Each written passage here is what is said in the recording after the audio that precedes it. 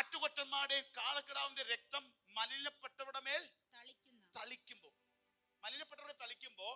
ഇനി 14 വർഷം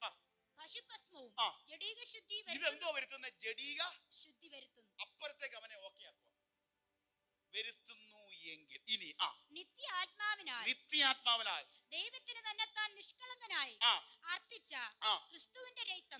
അന്നത്തെ കാലത്ത് ആറ്റുകൊറ്റന്മാർ ഒരുത്തനെ ശുദ്ധീകരിക്കാൻ ജഡശുദ്ധി വരുത്താൻ പറ്റുമെങ്കിൽ ശ്രദ്ധിച്ചോണം, യേശു ക്രിസ്തുവിന്റെ രക്തം, ബ്ലഡ് ഓഫ് ജീസസ് ക്രൈസ്റ്റ്, ജീവനുള്ള ദൈവത്തെ ആരാധിപ്പാൻ. മറ്റേത് എന്റെ പാവം അങ്ങ് ക്ഷമിക്കണേ എന്ന് പറഞ്ഞ് എന്തെങ്കിലും നേർച്ച ഇട്ടിട്ട് പോകുന്നതാണ് പഴയ നിയമത്തിൽ ആലയത്തിൽ സംഭവിച്ചത്. പക്ഷെ പുതിയ ഉടമ്പടി നിന്നെ വിളിച്ചത് ജീവനുള്ള ദൈവത്തെ ആരാധിപ്പാൻ. യേശുവിന്റെ രക്തം എന്താ ആദ്യം ചെയ്തത്? നീ ദൈവത്തെ ആരാധിക്കുക.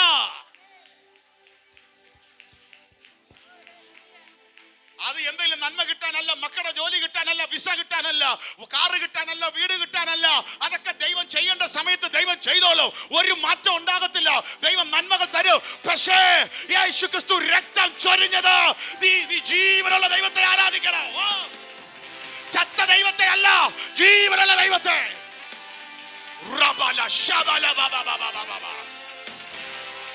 The blood of Jesus Christ. ജീവനുള്ള ദൈവം, ജീവനുള്ള ദൈവം.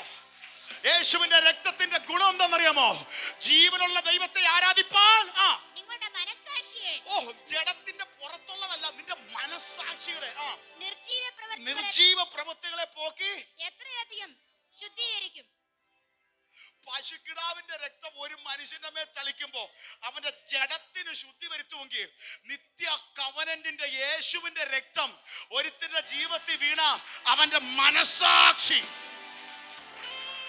നിന്റെ അകത്തെ മനസാക്ഷിയുടെ പാപവും നിന്നോട് ക്ഷമിച്ച്